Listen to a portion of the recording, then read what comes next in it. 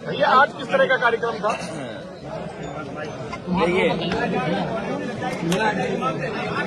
आज मुझे अपने पार्टी के बहुत वरिष्ठ और कई जिम्मेदार कार्यकर्ताओं के घर परिवार में जाने का मौका मिला, जहां एक तरफ हमारे चेयरमैन रहे, उनके परिवार में शादी थी, वहीं हमारे बहुत सारे जिम्मेदार कार्यकर्ता,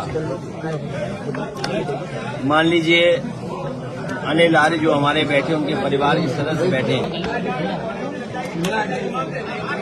आज मुझे अपने पार्टी के बहुत वरिष्ठ और कई जिम्मेदार कार्यकर्ताओं के घर परिवार में जाने का मौका मिला, जहां एक तरफ हमारे चेयरमैन रहे, उनके परिवार में शादी थी, वहीं हमारे बहुत सारे जिम्मेदार कार्यकर्ता, मान लीजिए अनिल आर्य जो हमारे बैठे, उनके परिवार के सदस्य बैठे हैं। चलो चुप रहो, उनके घर में दुखद बात हुई, उनके दुख में शामिल होने आया हूं। हमारी पार्टी से लड़े चेयरमैन, उनके परिवार के बीच में ही जाने का मुझे मौका मिला। इसी तरह हमारी पार्टी के बहुत जिम्मेदार नेता जो सभासद भी रहे, पार्टी के संगठन में भी रहे, कुरैशी, सत्तार कुरैशी, उनके घर भी जाऊंगा मैं। और इसी बीच आपसे मिलने का मौका मिल गया। इस क्षेत्र में न जाने कब से हम लोग जुड़े हुए हैं और इस क्षेत्र का विकास होगा, कन्नौज का विकास होगा तो लोगों का भी विकास होगा। जितना कन्नौज विकास में आगे बढ़ेगा, उतना ही हमारे यहाँ के लोगों की भी आर्थिक और सामाजिक और सम्मान उनका उतना ही बढ़ेगा। लेकिन इधर हम देखते हैं जो काम समाजवादियों ने शुरू किए थे, न अभी वो पूरे कर पाए हैं। पूरे करना तो दूर, कोई नया काम ऐसा नहीं किया जिससे जनता को सीधा सीधा लाभ पहुंचे। सबसे बड़ी बात यह है कि जो मेडिकल कॉलेज था, जहां पर गरीबों का और आम लोगों का इलाज हो जाता, किसी बीमारी में, तकलीफ परेशानी में, उन्हें सबसे पहले मेडिकल कॉलेज और एम्बुलेंस से मदद होती, उस व्यवस्था को भी सरकार ने बर्बाद कर दिया। न केवल बर्बाद किया है, बल्कि बजट भी नहीं दे रहे जिससे वो शुरू हो सके। पैरामेडिकल बनवाया इसलिए जिससे यहाँ के बच्चे पढ़ लिख करके डिग्री हासिल करके नौकरी पा जाएं। वो भी काम अधूरा पड़ा हुआ है, वो भी अभी तक पूरा नहीं हुआ। तो मोटी मोटी बातें यही हैं कि जितना कन्नौज विकास करेगा, उतना यहाँ के लोगों के बीच में खुशहाली आएगी। अभी आप लोगों के लिए सबसे बड़ी बात है, सेंसस आ रहा है। सेंसस जिसमें हम आपकी सब चीजें गिनी जाएंगी। कई सवाल उसमें हैं, हम उसमें सवाल और जुड़वाना चाहते हैं। सेंसस जो होगा उसमें पहला सवाल मैं जुड़वाना चाहता हूं, सरकार से मेरी मांग है कि जाति जनगणना हो, जाति की आबादी क्या है उसकी गणना हो। बैकवर्ड, दलित, पिछड़े, आदिवासी, जो भी जितनी जातियां हैं, अगड़ी पिछड़ी, सबकी जातियों की गिनती हो सेंसस में। नंबर 1। नंबर 2, सेंसस में हमारी मांग होगी कि सरकार ने सबको वैक्सीन लगवाई और वैक्सीन की वजह से सुनने में आता है कि बहुत सारे लोगों की जान गई है।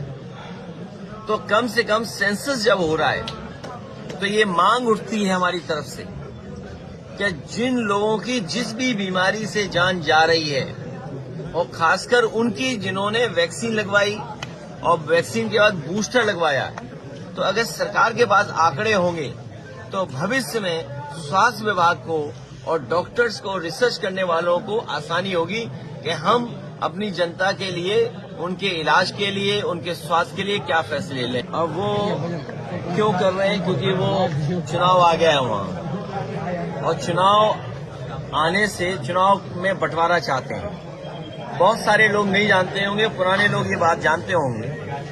आसाम और नॉर्थ ईस्ट के इलाके को डॉक्टर राम मनोहर लोहिया और समाजवादी नेता चाहते थे कि वो क्षेत्र हमसे जुड़ाव महसूस करे।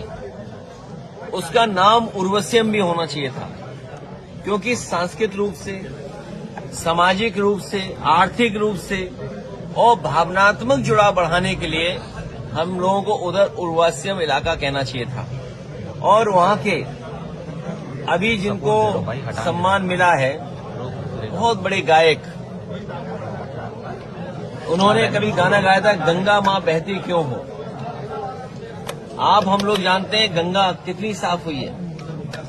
तो जो बुनियादी सवाल हैं कि हमें किसान की पैदावार की कीमत देनी है, आलू के किसान की मदद करनी है, बिजली सस्ती देनी है, तो हम तो उनसे कहेंगे कि बीजेपी के लोग बिजली सस्ती कर दें।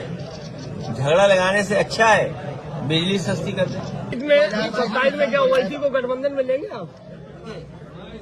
अभी पीडीए ने अभी बीजेपी को हराया है। हाँ, ये बीजेपी को हटाओ। भैया 27 को लेकर देखिए, भैया 27 को लेकर कैसी तैयारियां चल रही हैं? अभी पीडीए ने हराया है। पीडीए की ताकत की वजह से मैं देख रहा हूँ कई लोग पीडीए से घबराए हुए थे। लोगों ने यहाँ तक कहा कि पीडीए की वजह से यूजीसी ले आए। बीजेपी वाले बड़े खतरनाक हैं। ये दूसरे का नुकसान करने के लिए अपना भी नुकसान करना चाहते हैं। तो इसलिए इनकी बातों में मत आओ। पीडीए में सब हैं और पीडीए ने अभी हराया बीजेपी को। भैया और सुनिए, यहाँ के बीजेपी के नेता क्या कह रहे थे कि अभी तो हमने 3 लाख वोट कटवाया है, कि 3 लाख वोट कटवाया है। यहाँ बीजेपी के नेता बोल रहे थे और फिर कह रहे थे और जिलों में और कटवा देंगे। अब वो जिले बोल क्यों नहीं रहे वो नेता? बताओ। नहीं, नेता बोल क्यों नहीं रहे वो? सर, एसआईआर से किसे फायदा हुआ? आपको हुआ कि बीजेपी को? नहीं, हमारे कार्यकर्ता मेहनत कर रहे हैं और मैं अपने कार्यकर्ताओं को और मेहनत करना। नहीं तो ये बीजेपी के लोग अधिकारियों से मिलकर, चुनाव आयोग से मिलकर के आपके हमारे वोट कटवा देंगे। अगर आपके हमारे वोट कट गए, क्योंकि वोट कटवाना चाहते हैं नहीं, ये हमारा पत्रकार साथी सही अच्छे सवाल पूछ रहा है। बीजेपी चाहती है पीतल के जेवर बनाओ, पीतल के। अब सोने के जेवर नहीं बना सकता कोई। बीजेपी चाहती है कि पीतल के जेवर पहनो, नकली जेवर पहनो। बताओ, सोना खरीद सकते हो? चांदी खरीद सकते? बड़े लोग खरीद सकते हैं। नहीं, ये नहीं चाहते गरीब अपनी बेटी की शादी में, घर परिवार की शादी में कुछ जेवर दे दे। हमारे पत्रकार साथी ने सही सवाल उठाया है। अब ये जेवर भी नहीं खरीद सकता कोई। ये जो अब से बीजेपी वालों ने सोना इकट्ठा करना शुरू किया है, तब से ये महंगाई सोने की बढ़ गई है।